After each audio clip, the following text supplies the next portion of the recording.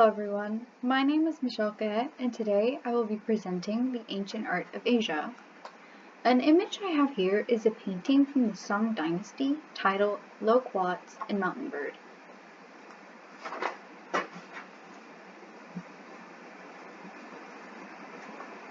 When it comes to viewing the ancient art of Asia, we can explore various types of artworks within a certain region, ranging from different mediums such as painting, sculpture, architecture, and pottery. Many of the artworks revolve around the ancient religion of Buddhism and Hinduism strongly practiced during the time. Art of ancient Asia also explores and is inspired by themes of enlightenment, culture, literature, and many others. The regions inspired one another when it came to art, whether it was through style or movement. And a majority of this can be seen when a region is moving from a period or dynasty. Major characteristics are style and influence. Today we will be viewing the 4 different mediums from at least 3 different Asian regions.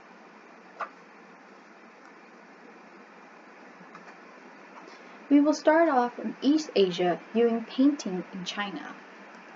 The artist I have here is Dong Qicheng. Dong Qicheng is a landscape painter and calligrapher famous during the Ming Dynasty. Although he had practiced art throughout most of his life, he didn't become a true artist until his late retirement. He was known to be a literate artist. He believed his paintings should always have a form of expressionism. When creating a painting, he did his best to avoid naturalism, because he felt that a painting cannot equal the beauty of the real world. Many of his landscape paintings were known as pure landscapes. A landscape painting of his that I have here is called the Qing Bang Mountains, created in 1617 using ink and a scroll. We can see here how he created his painting with an abstract design, with the way he moved his brush. The mountains itself create a flow up to his calligraphy work.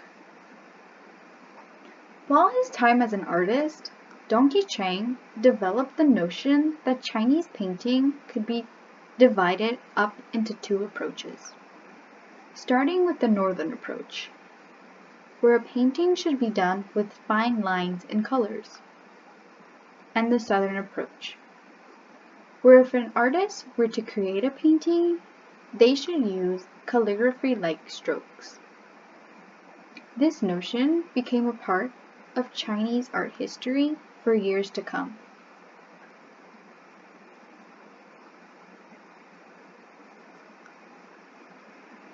We will now move into the South region of Asia, with India, viewing the medium sculpture. We will be viewing sculptures from the Gupta period that was highlighted as the golden age of Indian history. The sculpture I have chosen to present is called Standing Buddha Offering Protection, that was made from red sandstone. We can see that the figure itself is missing a hand. The hand itself once represented the characteristics of dispelling fear. As the expansion of Buddhist art and style within the period expanded, this figure itself became a representation for the image of Buddha for the art that was created in years to come.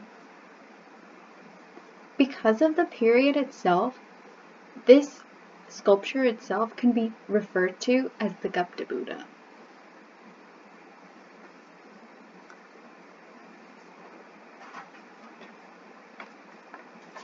This sculpture is a great example of transition and influence of style within the same region.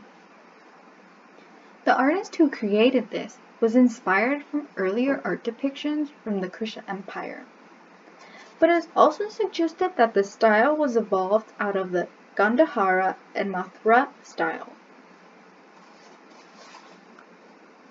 Many of the Gupta period Buddhas, such as this figure, are characterized by covered shoulders, tight curled hair, and carved halos, and we can view many of that within this sculpture I have presented today. The artist within the Gupta period who created Gupta Buddhas wanted to create the ideal image of Buddha.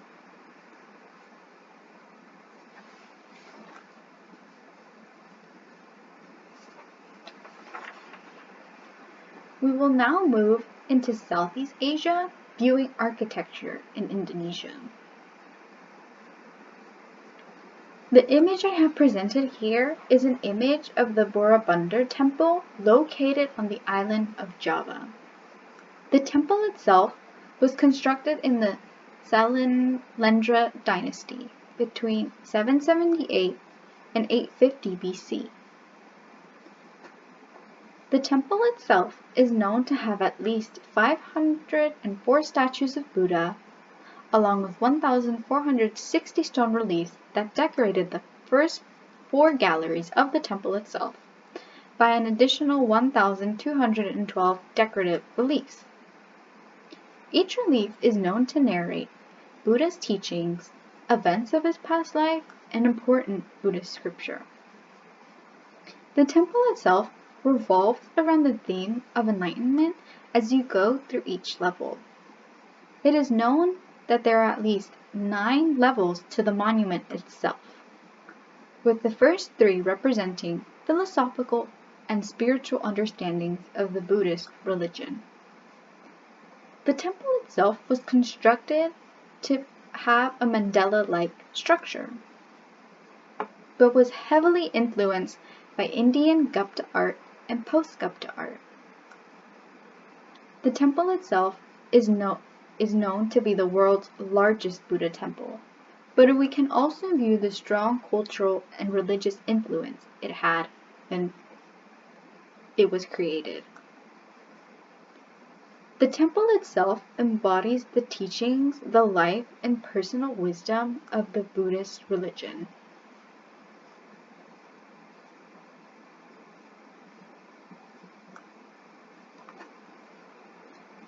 We will now go back to East Asia, viewing pottery in Japan. The pottery I have chosen to present today is from the Heian period, known as Japan's Neolithic period, and known as the culturally diverse period with the most distinctive form of art. The main image I wanted to present today is titled the Flame-Rimmed Deep Bowl. It is known that most Heian containers were cooking vessels, but a major characteristic of the pottery during that period is its cord markings, and we can view that in the deep bowl. The people who made these ceramic pieces made all of them by hand without a wheel, and utilized outside kilns. There is known to be at least 6 vessel shapes, such as Fukabachi, which meant deep bowl, Asabachi, Hachi, Sara, Tsubo, and Chuko, which meant vessel with sprouts.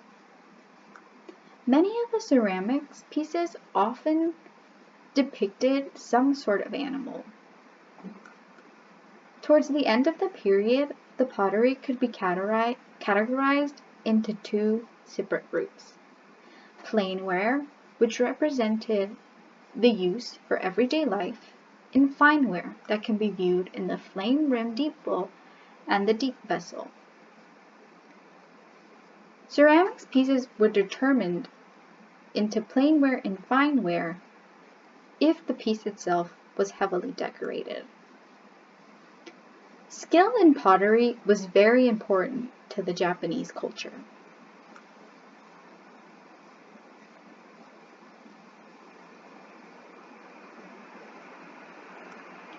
The summary of ancient art of Asia. When we view the ancient art of Asia, there is a vast and enriching period when it came to art. Within every region of Asia having a wide variety of artworks in numerous mediums, all sharing the same themes of religion, spirituality, literature, culture, as the list goes on. With influence playing a major role in developing styles throughout each dynasty or period, artists always found a way to put styles together or to make them even better in developing new styles that would go on to categorize art during the time or for the rest of art history within the region.